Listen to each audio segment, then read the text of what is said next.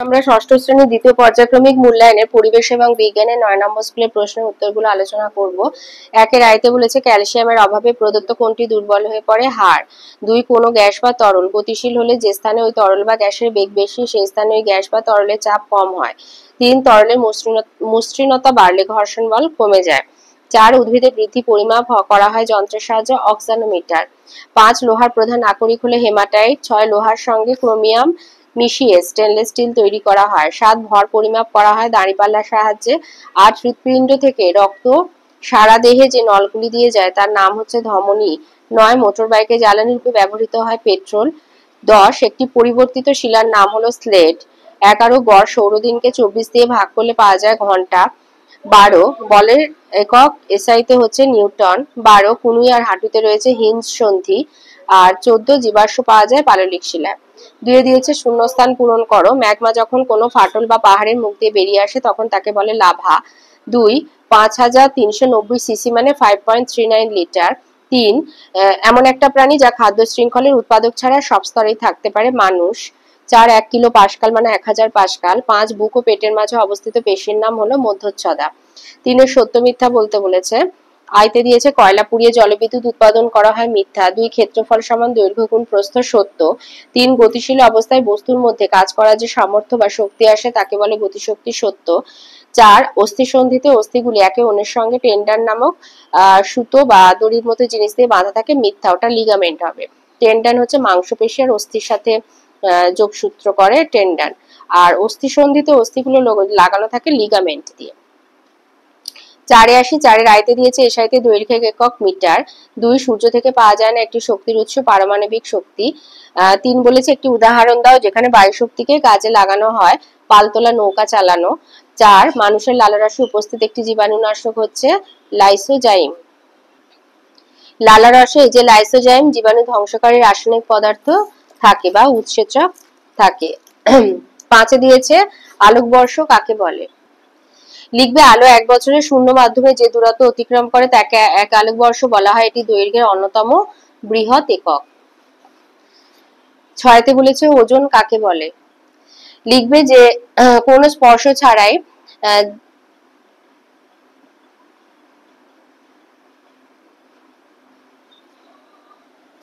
লিখবে পৃথিবীর ওপরে থাকা কোনো বস্তুকে পৃথিবী নিজের কেন্দ্রের দিকে যে বল দ্বারা আকর্ষণ করে তাকে অভিকর্ষ বল বলে। অভিকর্ষ বলের আরেক নাম হলো ওজন। 7 দিয়েছে রক্তের জলীয় অংশের নাম কি? প্লাজমা। 8 বলেছে প্রথম শ্রেণীর খাদক কারা? লিখবে যেসব প্রাণীরা সরাসরি উদ্ভিদকে খাদ্য হিসেবে গ্রহণ করে তাদের বলা হয় প্রথম শ্রেণীর খাদক, যেমন সমস্ত তৃণভোজী প্রাণী অর্থাৎ গরু, ছাগল, খরগোশ, হরিণ, ছোট ছোট মাছ, বিভিন্ন পোকামাকড় ইত্যাদি। মাছের আয়তে বলেছে আগ্নেয় শিলা এবং পাললিক শিলার পার্থক্য লেখো।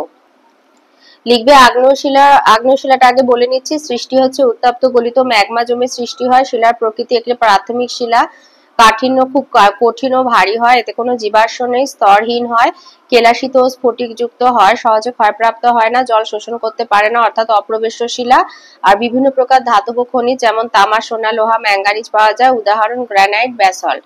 পাললিক শিলা হচ্ছে সমুদ্রের তলদেশে পলি সঞ্চিত হয়ে এই শিলা সৃষ্টি হয়, একে গৌণ শিলা বলা হয়।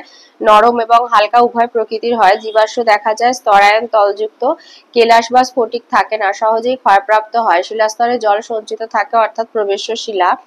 প্রধানত জৈব জ্বালানি যেমন কয়লা, খনিজ তেল, প্রাকৃতিক গ্যাস পাওয়া যায়, উদাহরণ বেলে পাথর, চুনাপাথর।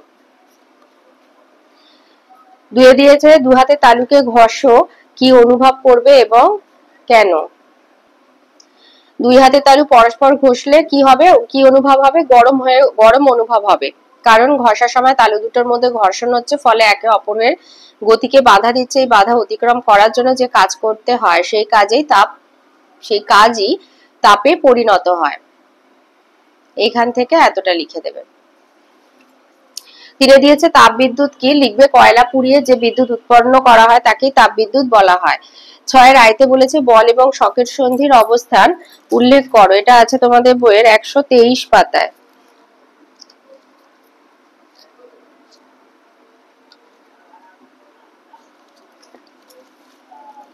বল ও সকেট সন্ধি কাঁধে কোমরে দেখা যায়, আর হচ্ছে তোমার পায়ের উপরের হাড়, পায়ের উপর কোমরের অস্থির সন্ধিতে পায়ের উপরের হাড় বা ফিমারের উপর দিকটা বলের মতো নিচে এতে ঢুকে গেছে।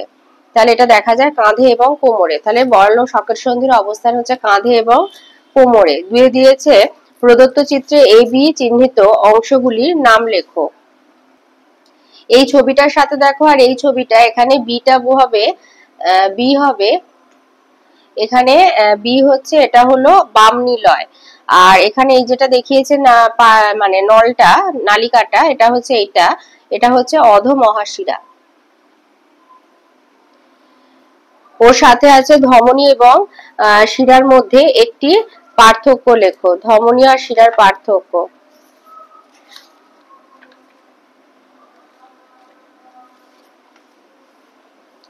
ধমনী আর শিরার পার্থক্য হচ্ছে শিরার উৎপত্তি স্থল হলো রক্তজালক আর মিলনস্থল হৃৎপিণ্ড, আর ধমনী হচ্ছে হৃৎপিণ্ড থেকে উৎপন্ন হয়ে রক্তজালকে শেষ হয়। আর এটা লিখতে পারো, অথবা যে শিরা হচ্ছে পাতলা প্রাচীর বিশিষ্ট বড় গহ্বর যুক্ত, ধমনী প্রাচীর পুরু আর গহ্বর ছোট।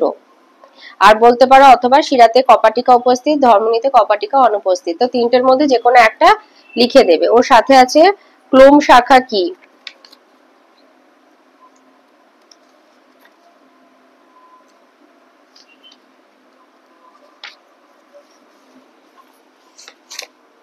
ক্লোম শাখা বা ব্রঙ্কাস। ক্লোম শাখা হচ্ছে বাংলায় মানে তোমার বিজ্ঞানের ভাষায় ব্রঙ্কাস বলা হয়। শ্বাসনালী শেষ প্রান্ত দুই ভাগে বিভক্ত হয়ে যে দুটি কম দৈর্ঘ্যের নলাকার গঠন তৈরি করে যা ফুসফুসে প্রবেশ করে তাদের ক্লোম শাখা বা ব্রঙ্কাস বলে। তিরেতে বলেছে অনবীকরণযোগ্য আর নবীকরণযোগ্য শক্তির একটি করে উৎস লেখো।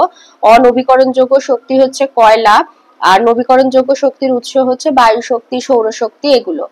এর সাথে আছে প্রদত্ত ঘটনাগুলিতে কোন শক্তি কোন শক্তিতে রূপান্তরিত হচ্ছে। সৌর কুকার চালু করা হলো, তোমার সৌরশক্তি তাপ শক্তিতে রূপান্তরিত হচ্ছে, আর ইলেকট্রিক ইস্ত্রি চালু করা হলো তড়িৎ শক্তি তাপ শক্তিতে রূপান্তরিত হচ্ছে। 4 দিয়েছে জীবাশ্ম জ্বালানি ব্যবহারের একটি অসুবিধা লেখো। জীবাশ্ম জ্বালানি ব্যবহারের অসুবিধা। জীবাশ্ম জ্বালানি ব্যবহারের পরিবেশে কি ধরনের ক্ষতি হতে পারে? একই উত্তর। তো লিখবে এক হচ্ছে অসুবিধা হচ্ছে জীবাশ্ম জ্বালানি দহনে বায়ুতে অক্সিজেন হ্রাস পায় এবং কার্বন ডাই অক্সাইডের পরিমাণ বৃদ্ধি পায়। 2 জীবাশ্ম জ্বালানি দহনে উৎপন্ন কার্বন ডাই অক্সাইড বাতাসে মিশে বায়ু দূষণ ঘটাচ্ছে। বায়ুমণ্ডলে কার্বন ডাই অক্সাইডের পরিমাণ বৃদ্ধি পাওয়ায় পৃথিবীর উষ্ণতা বৃদ্ধি পাচ্ছে। 3 জীবাশ্ম জ্বালানির অসম্পূর্ণ দহনে বিষাক্ত কার্বন মনোক্সাইড গ্যাস উৎপন্ন হয়। এটি একটি শ্বাসরোধী গ্যাস। শ্বাসকার্যের সময় বায়ুর সঙ্গে কার্বন মনোক্সাইড গ্যাস ফুসফুসে গেলে এই গ্যাস রক্তে মিশে যায়। এই গ্যাস রক্তের হিমোগ্লোবিনের সঙ্গে বিক্রিয়া করে কার্বক্সি হিমোগ্লোবিন নামক একটি যৌগ উৎপন্ন করে, যার ফলে হিমোগ্লোবিনের অক্সিজেন বহনের ক্ষমতা কমে যায়। ওর সাথে আছে বিশুদ্ধ ধাতু অপেক্ষা সংকর ধাতু ব্যবহারের সুবিধাগুলি লেখো।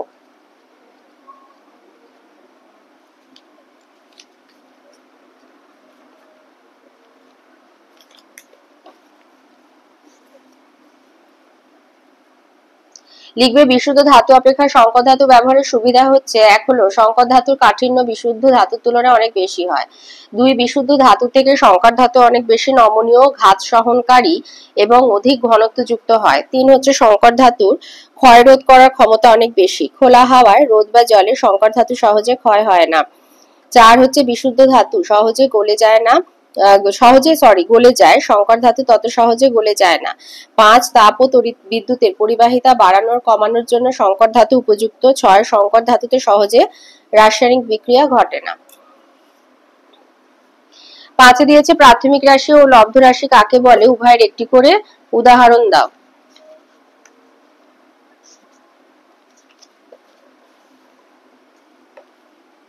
প্রাথমিক রাশির আরেকটা নাম হলো মৌলিক রাশি। তাহলে মৌলিক রাশি যা আর প্রাথমিক রাশি এক। তাই যে রাশিগুলি গঠন করতে অন্য কোনো রাশি প্রয়োজন হয় না, অর্থাৎ যে রাশিগুলি পরস্পর নিরপেক্ষ এবং যে রাশিগুলিকে উপযুক্তভাবে ব্যবহার করে অন্যান্য রাশিগুলিকে গঠন করা যায় তাদের মৌলিক বা প্রাথমিক রাশি বলে, যেমন দৈর্ঘ্য, ভর, সময়, উষ্ণতা, তড়িৎ প্রবাহ মাত্রা ইত্যাদি। আর লব্ধ রাশি হচ্ছে সমজাতীয় ও ভিন্ন জাতীয় মৌলিক রাশিগুলির সাহায্যে যে ভৌত রাশিগুলিকে গঠন করা যায় তাদের বলা হয় লব্ধ রাশি, যেমন ক্ষেত্রফল, আয়তন, বেগ, ত্বরণ, বল, কার্য, ভরবেগ ইত্যাদি। 6 দিয়েছে খাদ্য শৃঙ্খল কাকে বলে, আর বলেছে ময়ূর, ব্যাঙ, ফড়িং, ময়ূর, সাপ এবং গাছ ও সূর্যকে ঠিক ঠিক বসিয়ে একটি খাদ্য শৃঙ্খল তৈরি করো।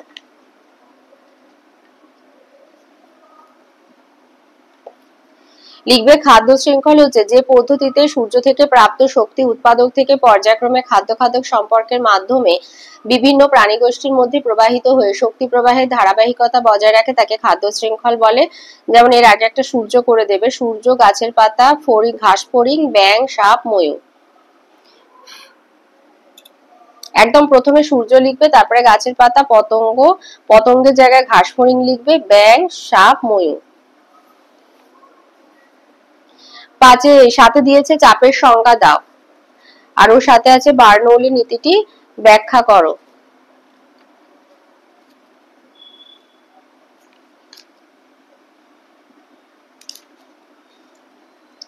লিখবে কোন তলের একক ক্ষেত্রফলের উপর লম্বভাবে প্রযুক্ত বলকে চাপ বলে, চাপ সমান প্রযুক্ত বল বাই ক্ষেত্রফল।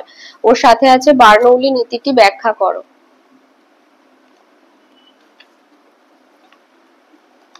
লিখবে যে স্থানে কোনো গতিশীল গ্যাস বা তরল বেশি বেগ নিয়ে চলে সেই স্থানে গতিশীল গ্যাস বা তরলের চাপ কম হয়, এটি হচ্ছে বার্নৌলি নীতি।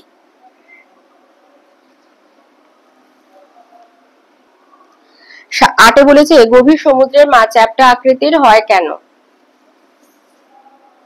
লিখবে গভীর সমুদ্রের মাছের দেহের গঠন অভিযোজনের ফলে সরু ও চ্যাপ্টা আকৃতির হয়ে থাকে। গভীরতা বাড়লে জলের চাপও বাড়ে। মাছের দেহ আকৃতিতে সরু হলে দেহের ওপর জলস্তম্ভের নিম্নচাপ কম ক্রিয়া করে, ফলে উপর নিচে ওঠানামা করা মাছের পক্ষে সহজ হয়। আবার দেহ চ্যাপ্টা হলে সমুদ্রের গভীরে জলস্তম্ভের বাড়তি পার্শ্ব চাপ মাছ সহজেই প্রতিমিত করতে পারে। এই কারণেই মাছের দেহের এই বিশেষ আকৃতির গঠন দেখা যায়।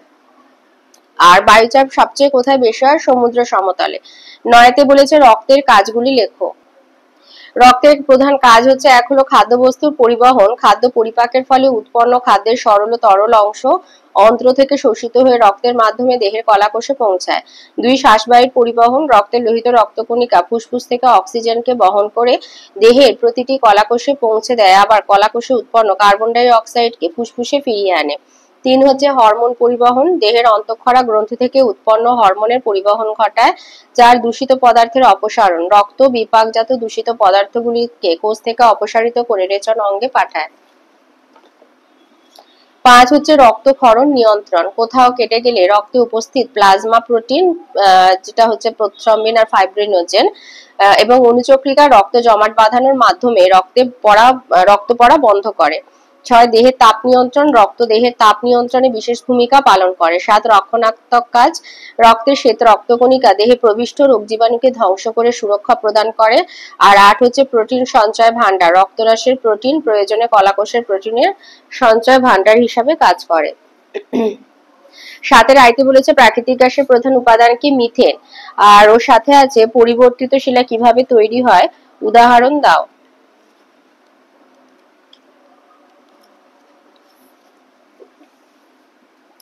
পরিবর্তিত শিলা কিভাবে সৃষ্টি হয়? মূলত তিনটি কারণে আগ্নেয় বা পাললিক শিলা রূপান্তরিত হয়ে পরিবর্তিত শিলা সৃষ্টি হয়। এক হচ্ছে প্রচন্ড চাপ, প্রবল ভূ আলোড়নের ফলে শিলাস্তরে প্রচন্ড চাপ পড়লে শিলার রূপান্তর ঘটে, যেমন সেল থেকে স্লেট সৃষ্টি হয়। দুই হচ্ছে অত্যধিক তাপ, উত্তপ্ত ম্যাগমা বা লাভার সংস্পর্শে এসে শিলা পরিবর্তিত হয়ে যায়, যেমন পিট কয়লা থেকে গ্রাফাইট সৃষ্টি হয়। রাসায়নিক বিক্রিয়া, জলের উপস্থিতির কারণে শিলা গঠনকারী বিভিন্ন খনিজের মধ্যে রাসায়নিক বিক্রিয়া ঘটে শিলার রূপান্তর হয়, যেমন অ্যান্ডালুসাইট থেকে সিলিমোনাইট সৃষ্টি হয়। দুইতে দিয়েছে আন্তর্জাতিক প্রমাণ মিটার কাকে বলে, এটা তোমাদের বইয়ের 66 পাতায় রয়েছে। এই উত্তরটা লিখবে যে 1889 সালে ফ্রান্সের প্যারিস শহরে international bureau of weights and measures নামক সংস্থায় 0°C তাপমাত্রায় রাখা প্ল্যাটিনাম 90% এবং ইরিডিয়াম 10% এর সংকর ধাতু তৈরির একটি দণ্ডে দুই প্রান্তে দুইটি নির্দিষ্ট দাগের মাঝের দূরত্বকে সারা বিশ্বে প্রমাণ বা স্ট্যান্ডার্ড 1 মিটার ধরা হয়, এটাকে আন্তর্জাতিক প্রমাণ মিটার বলে। ওর সাথে আছে লিন্ডেম্যানের 10% সূত্র, এটা আছে তোমাদের বইয়ের 95 পৃষ্ঠায়। লিখবে প্রতিটি ট্রফিক লেভেলে গৃহীত শক্তির প্রায় 10% ওই পুষ্টি স্তরের জীবদের দেহ গঠনের কাজে লাগে, যা পরবর্তী ট্রফিক লেভেলে জীবরা গ্রহণ করতে পারে।